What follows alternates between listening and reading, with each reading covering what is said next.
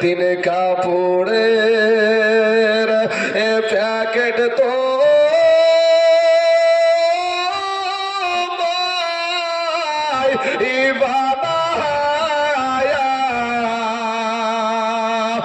রাইখা দিবে কবরেতে সোয়া যুবক রে রাইখা দিবে কবরেতে সোয়া কত বাহাদুরি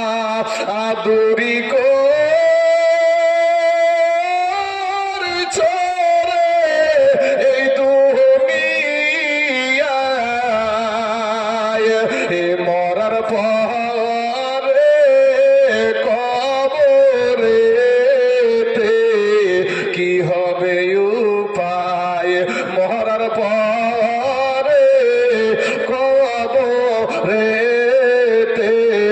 কি হবে উপায় আজরাইল এসে সামনে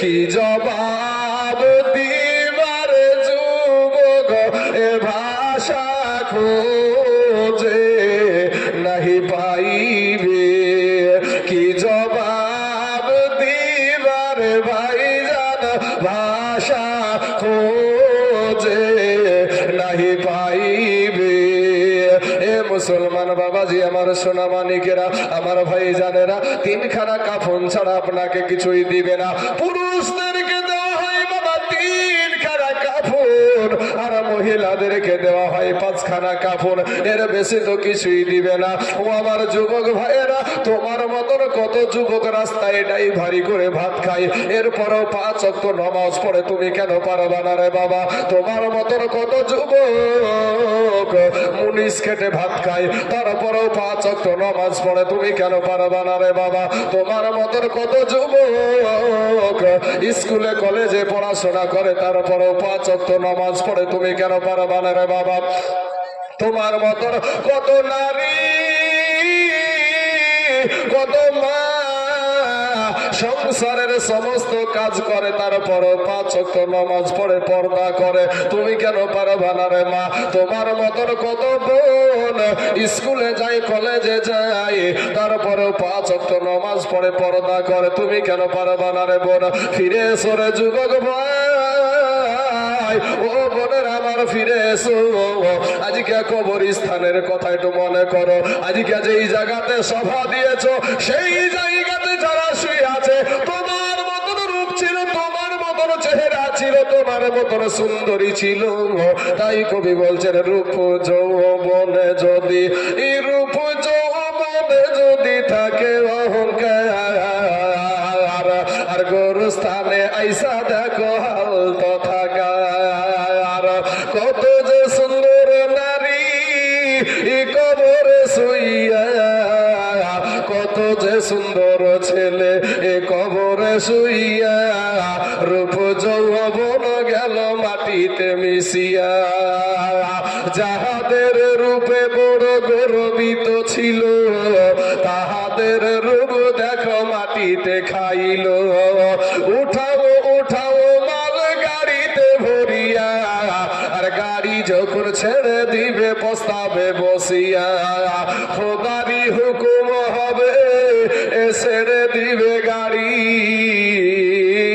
আর জমিনেতে পড়ে পড়ে দিবে গড়াগড়ি ও যুবক ভাইয়ের আমার মা খালা শুনে জানা যে রাতের বেলা মা এই দুনিয়াটা কিছুই না রে মুমিন আপনার আমার দেহের সুন্দর পোশাকটা খুঁকে বিলেট দিয়ে কেটে কেটে বাবা আলাদা করে দিবে গোসল দিবে সমস্ত পাতা আছে এ বাবাজি কাঁঠাল গাছ আছে আম গাছ আছে কত রকমের কত গাছ আছে আপনাকে বড়ই পাতার গরম পানি দিয়ে গোসল করাবে রে বাবা বড়ই পাতার গরম পানি দিয়ে গোসল যখন আপনাকে দিবে দেহখানা বাবা এত তো বাবা চূর্ণ বিচূর্ণ হয়ে যাবে, এত বিষ ধরে যাবে গো বাপ।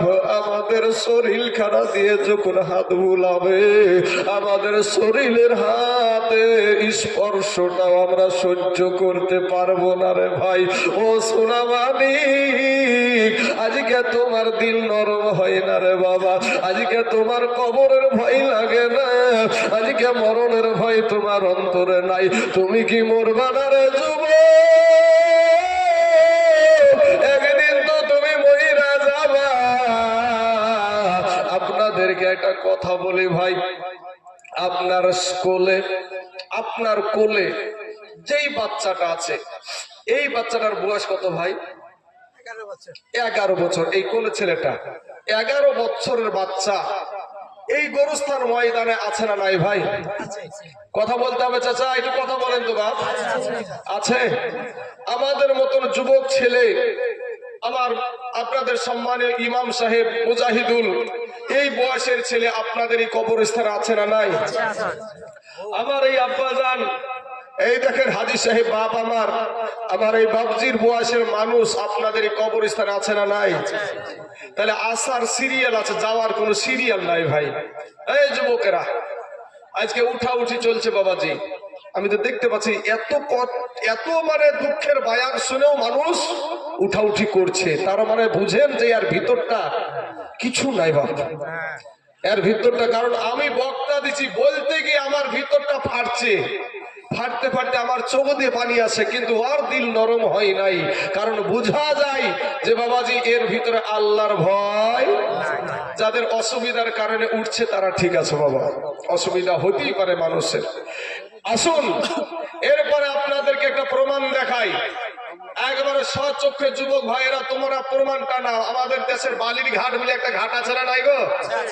বালির ঘাটে একটা বাস যাত্রী নিয়ে একেবারে আপনার ব্রিজকে ভেঙে পানির ভিতরে ঢুকেছিল না?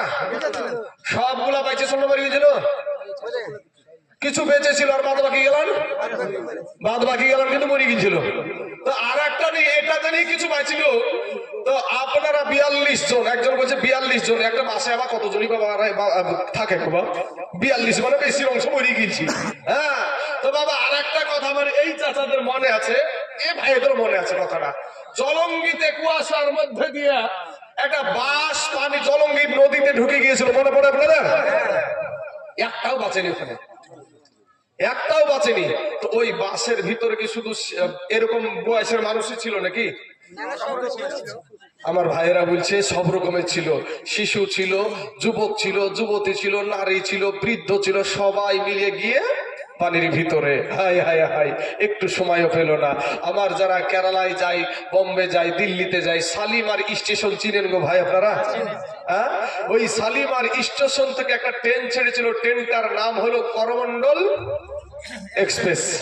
এই করমন্ডল এক্সপ্রেস ট্রেনটা একটা জায়গায় গিয়ে অ্যাক্সিডেন্ট করেছিল, জায়গাটার নাম মনে আছে আপনাদের?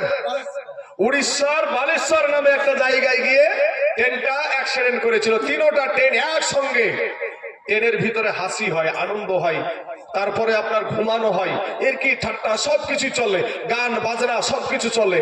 কিন্তু মুহূর্তের মধ্যে যখন ব্যাকট আওয়াজ হয়ে গেছে, মানুষ তখন চিৎকার, শুধু চিৎকার কিসের? বাঁচাও বাঁচাও, কান্নার আওয়াজ, বাঁচাও। এত মাস্তান বাবা, এত মাস্তান, কেউ রুখতে পারে না, এত মরদ। কিন্তু বাবাজি মুহূর্তের মধ্যে শুধু আওয়াজ বাঁচাও বাঁচাও। আমরা সোশ্যাল মিডিয়ায় খবর পেলাম যে মুহূর্তের মধ্যে 300 থেকে 350 মানুষ দুনিয়া থেকে বিদায়। মাস্তানি করো ভাই। আজ যুবক ভাই তোমরা আজ শরীরে রক্ত আছে তো, বুঝতে মন চাই না, বুঝতে বললে তুমি আমাদের কথা মানতে তোমরা রাজি না। ওই মৌলবীর কথা কে মানবে রে? কিন্তু ভাই এই যেদিন তুমি মরবা সেদিন কিন্তু তোমার জানাজাক মৌলবীতি করবে। তোমার বাপের বিয়ে পড়াচ্ছে মৌলবীতি, কি গো কথা ঠিক না? ঠিক, মৌলবীতি বিয়ে পড়াচ্ছে। এই মোল্লারা ছাড়া তোমার বাপার বিয়েই হয়নি। হ্যাঁ, এই মোল্লারা যদি বিয়ে হালাল না করতো তাহলে তো বুঝতে হচ্ছে, বিয়ে হালাল যদি না হয় তাহলে কি হতো আপনারা বুঝতেছেন। তো যুবক ভাইয়েরা আজ মৌলবীর কথা শুনতে মজা লাগে না। কোন নায়ক কি কোন পোশাক পরিয়েছে দেখেন না বাবা। আমাদের সমাজে সুন্নতি লেবাস পড়তে রাজি না, সুন্নতি লেবাস পরতে আমাদের ঘরের সন্তানেরা রাজিনা এমন পোশাক পরে দেখবেন পায়খানা ফেরার মতন 10 মিনিট আপনার পায়খানা ফিরতে বসলে পায়খানা ফেরার মতন বসি আমরা এক সময়, তো ওই রকম ভাবে যদি বসে ওই পোশাক করে নায়কের পোশাক করে মানে প্যান্ট, ওই প্যান্ট পরিয়ে যদি বসে তো পিছন দিয়ে পিঠের দিক দিয়ে যদি গেঞ্জি না থাকে রে ভাই, খালি গায়ে যদি থাকে আর পিছন দিয়ে যদি তাকান তো মনে হবে ওর আটলান্টিক মহাসাগর গর্ত পর্যন্ত দেখা যাবে। বুঝলেন না আপনারা? হ্যাঁ, আবার যদি বাবা গেঞ্জি না থাকে আর ও যদি দাঁড়িয়ে থাকে খাড়া হয়ে হাঁটে তো আর ওই প্যান্টটা নিচে নামতে নামতে এত নিচে নামবে তো দেখবেন সামনে দিয়ে তাকাবেন তো আফ্রিকার জঙ্গল পর্যন্ত পার হয়ে যাবে, ও রং খিলে পর্যন্ত চলে যাবে বাবাজি। আজ হয়তো ভাবছেন যে এরকম করে বলছে, কিন্তু বাস্তবে কথা ঠিক না ঠিক বলেন তো? এই পুরুষদের জন্য সতর ঢাকা ফরজ হলো হাঁটুর, আচ্ছা ঠিক আছে আমি দোয়া করবো, হাঁটুর নিচ থেকে নিয়ে নাভি পর্যন্ত সতর পুরুষদের জন্য। পুরুষদের সবচাইতে দামি শরীরের ভিতরে পুরুষদের জন্য সবচাইতে দামি জায়গা হলো নাভির নিচ থেকে নিয়ে হাঁটু পর্যন্ত। অথচ বাবাজি এটা কেউ বাবাজি এমন পোশাক পরে, পাতলা কিছু প্যান্ট উঠিয়েছে বুঝতে পারছেন, গরমের টাইমে দেখবেন পরবে ওর ইজ্জত গুলা ভেসে উঠে, এর লজ্জা পদ্মা ওই দিয়ে রাস্তা দিয়ে হাঁটতে হাঁটতে চলে যাচ্ছে বাবাজি।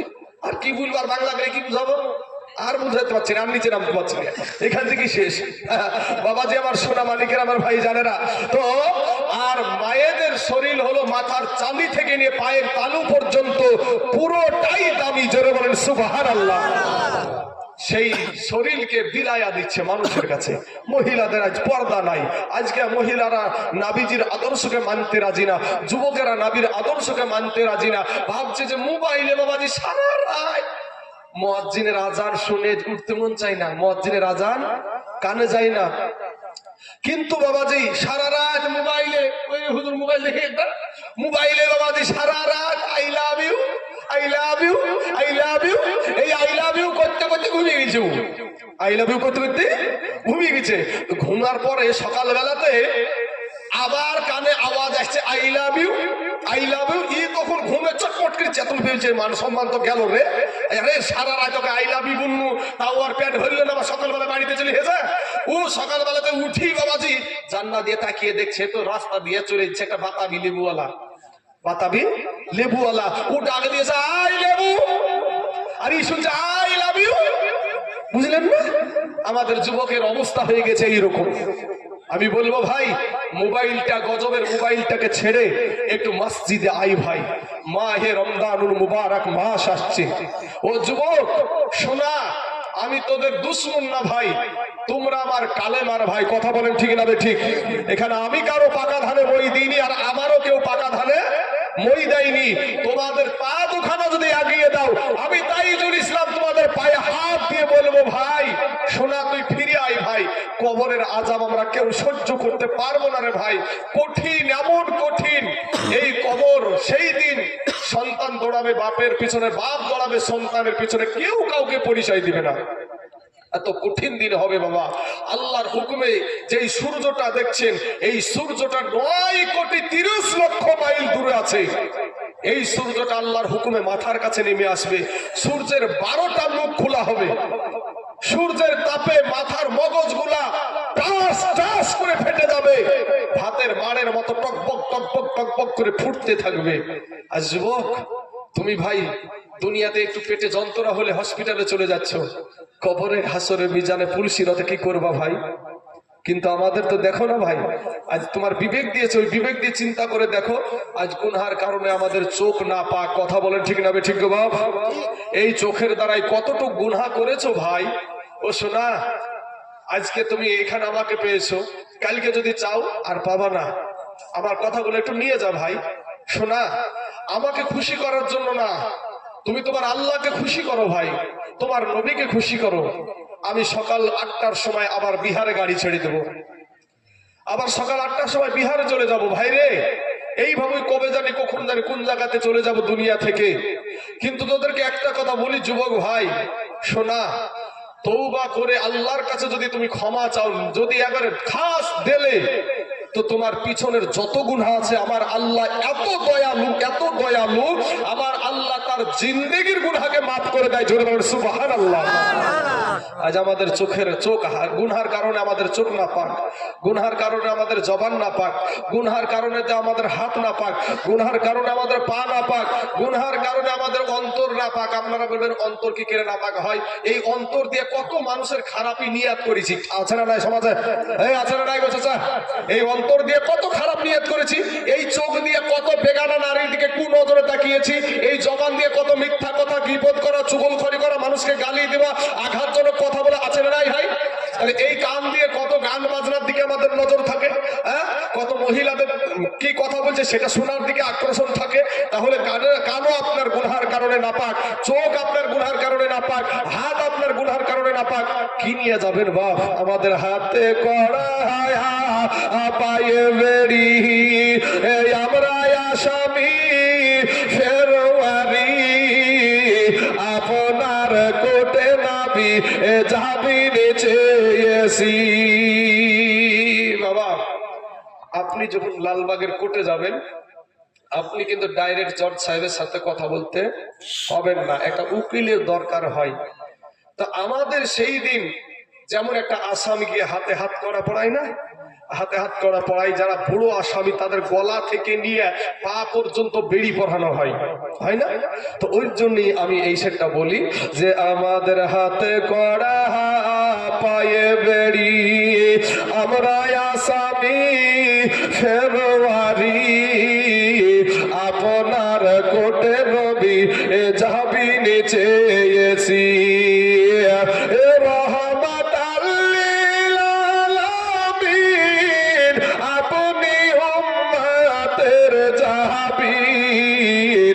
দয়া করে ঠাই দিয়েন গো আমরাই আল্লাহর নবী,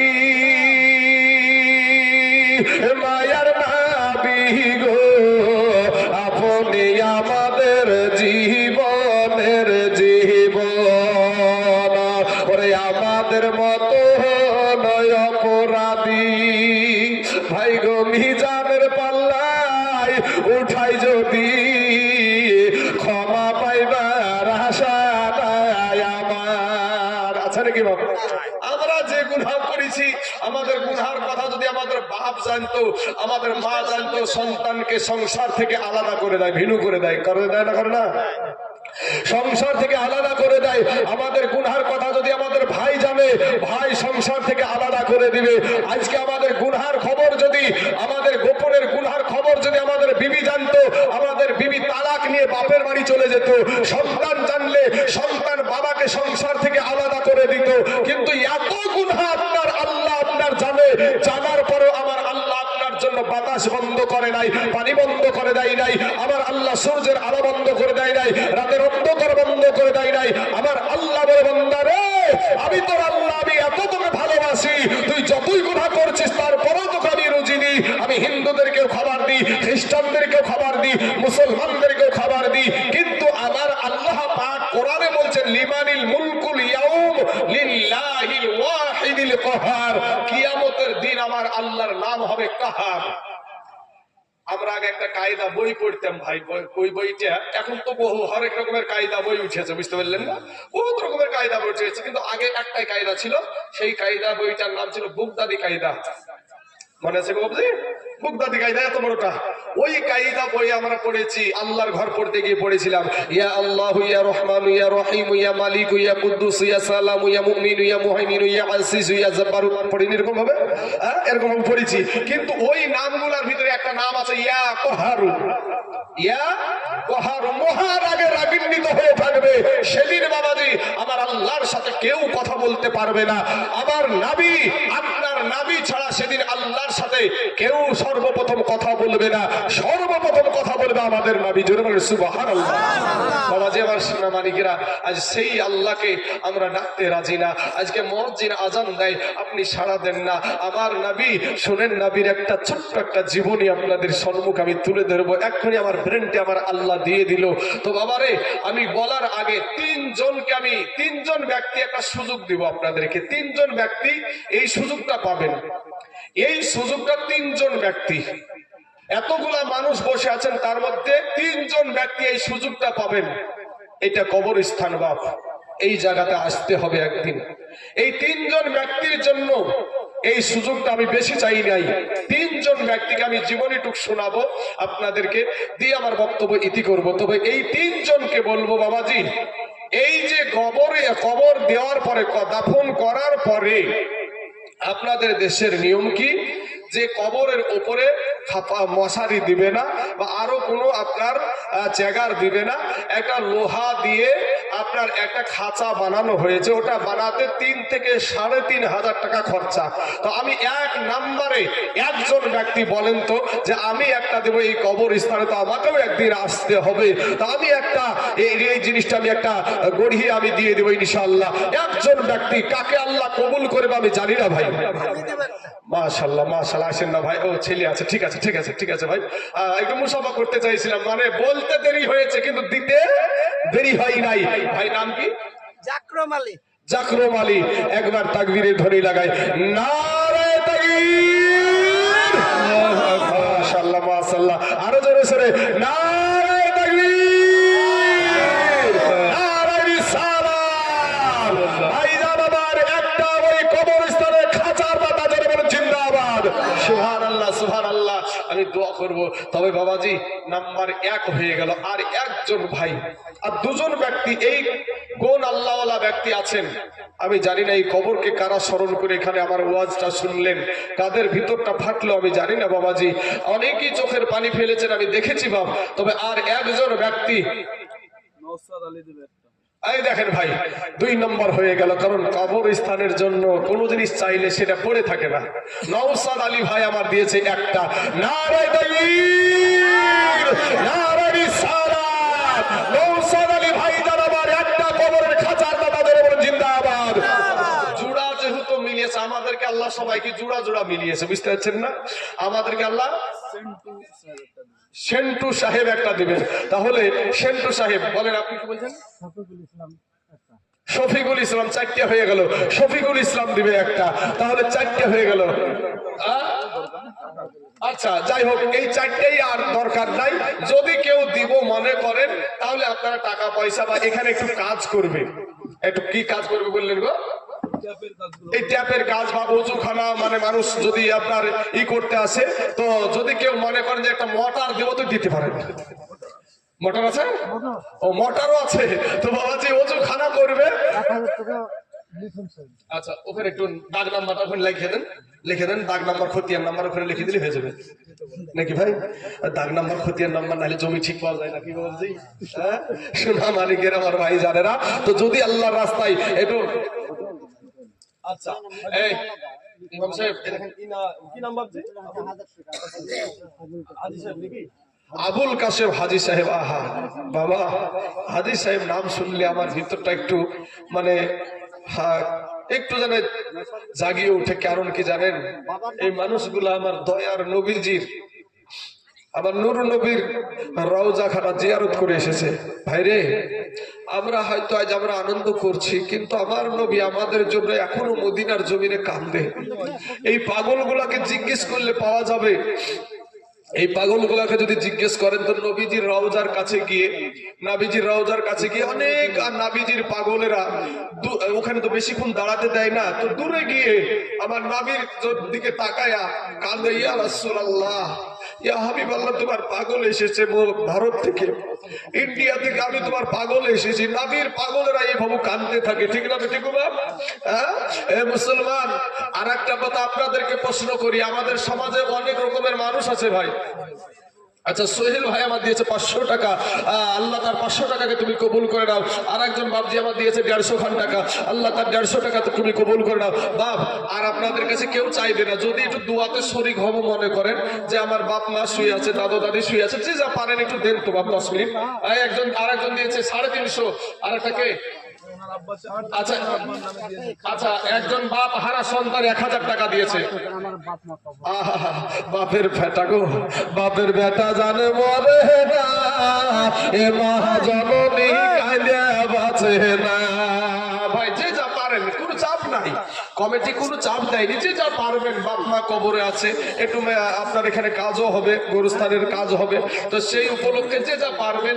মুসলমানেরা বড় দানশীল রে বাবা, মুসলমানেরা বড় দানশীল। তো আপনাদেরকে বলি বাবা, একটা মাঝখানে একটা কথা বলি দিই, এখানে দুটো হাজী সাহেব পাইছি, তো একটা প্রমাণ সচক্ষে খেলেন। নাবিজির রওজার কাছে আর একজন আব্বাজান আমার দিয়েছে 500 খান টাকা।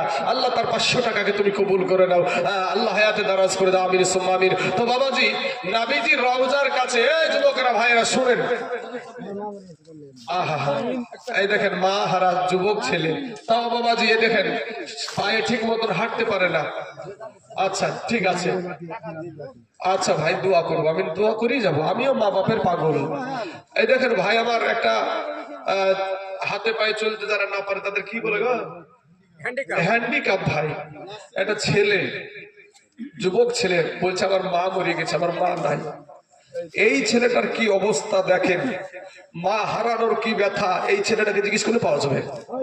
কবি বলছেন, এ বাল্যকালে এ মা বাবা যা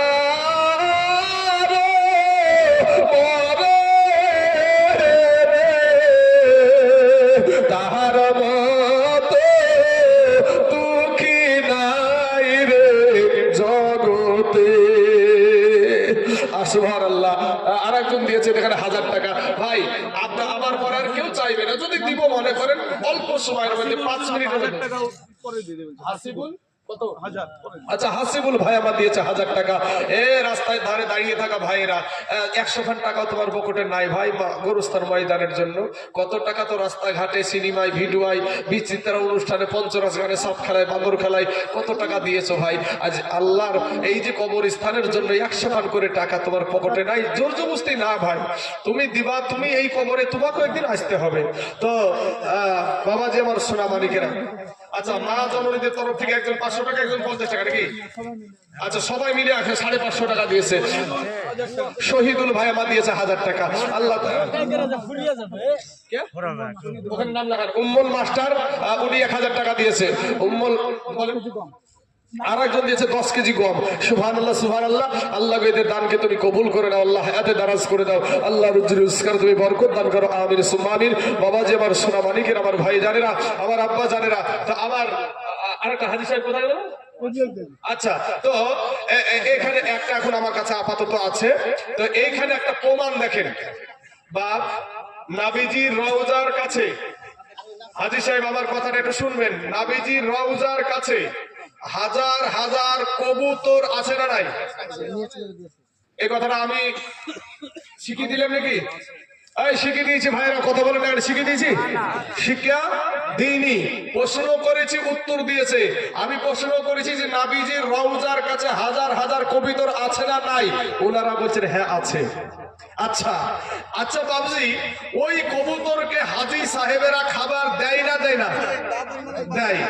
এই দেখেন বুঝে আমরাই দিয়ে এসেছি। আচ্ছা প্রশ্ন করলাম, উত্তর পেয়েছি।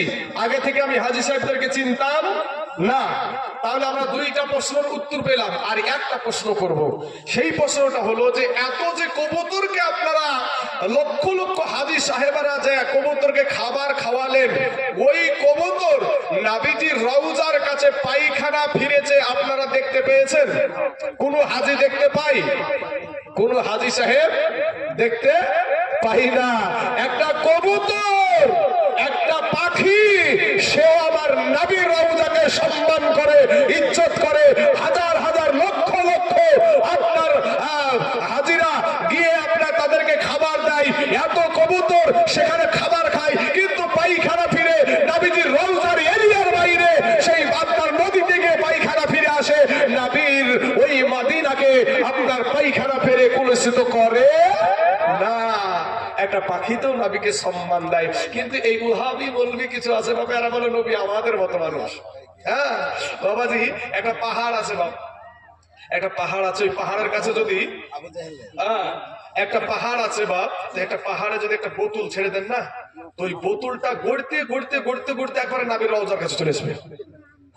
হাজী সাহেব বলছে হ্যাঁ বাবাজি, কবি বলছেন দেখিয়া মন ভরে না গো নবী, দেখিয়া মন ভরে না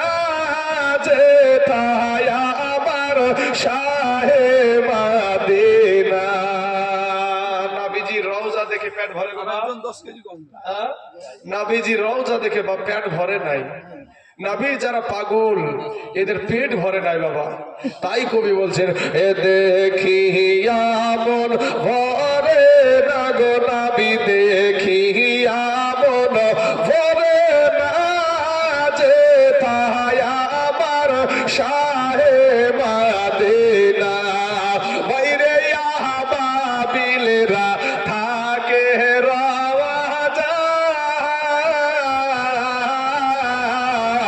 কবুতর তার ঠোঁট লাগিয়া গম্বুজ চুমা খায় ঠিক বলছি তো বাপ হ্যাঁ দেখছেন তো আমার গজলের সাথে ওরা বলছে ঠিক আছে কথা ওরা আবাবিলেরা থাকে রওয়া যায় কবুতর তার ঠোঁট লাগিয়া গম্বুজ চুমা খায় আমরা মানুষ কপাল পোড়া আমরা মানুষ কপাল পোড়া সেই নবীরে চিনিলাম না যে তাই আমার শাহে মদিনা বাবা যে তাই আমার শাহে মদিনা বাইরে হিজরতের পাহাড়ে মাগরে সাই কবুতর তার ডিম পাহাড়িয়া বসিল সে থাই হিজরতের রাত্রে যে গুহাতে ওরে হিজরতের পাহাড়ে মাগরে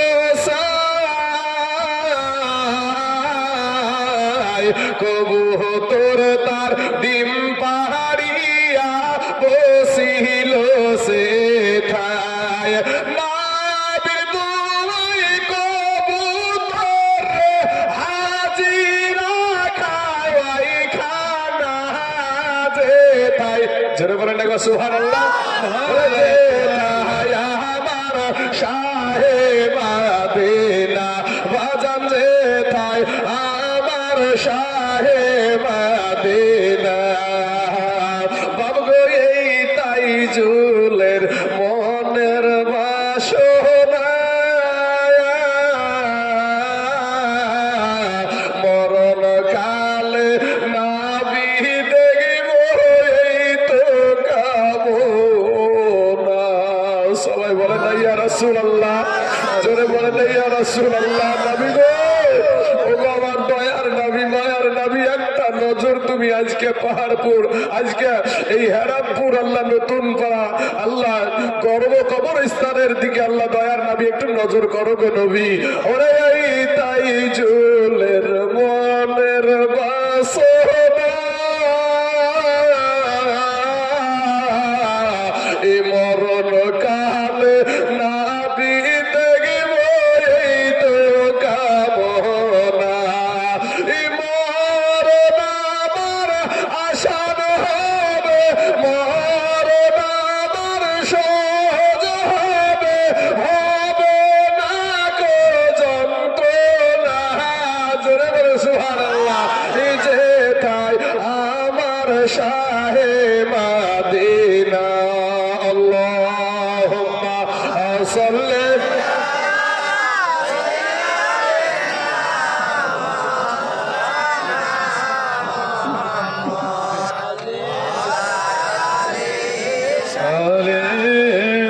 سيدنا مولانا محمد صلى الله على محمد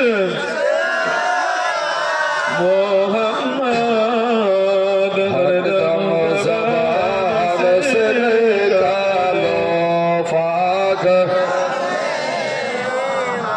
হরদম জবান সুনে কালো শাফি আনা মুহাম্মদ সাল্লাল্লাহু আলাইহি ওয়াসাল্লাম মা খালার আগো আপনারা হয়তো এখানে আসতেও একটা লজ্জাবোধ একটা ব্যাপার আছে, পর্দারও একটা ব্যাপার আছে। তো মা জননীদের কাছে একটা চাদর পাঠানো হচ্ছে। মা জননীরা আপনারা 10 টাকা, 20 টাকা, 50 টাকা, 100 টাকা, 500 টাকা, যে যেরকম ভাবে পারবেন একটু ওই চাদরটাতে একটু দিবেন। হ্যাঁ, একটু চাদরটাতে দিবেন। আমি আপনাদের এই দিয়াগুলা হয়ে গেলে আমি একটা ছোট্ট একটা জীবনী আমি বলবো বলেছি, ওটা বলে আপনারা কি বিরক্ত হচ্ছেন নাকি ভাই? বিরক্ত হচ্ছেন না? চালাবো তো ইনশাল্লাহ। বাবা যে আমার সোনা মালিকের, আমার ভাই জানেরা, আমি কোনো সময় ফাঁকি মারার চেষ্টা করি না যতক্ষণ আমার শরীরটা চলছে। বাবা আমিও তো একটা মানুষ নাকি?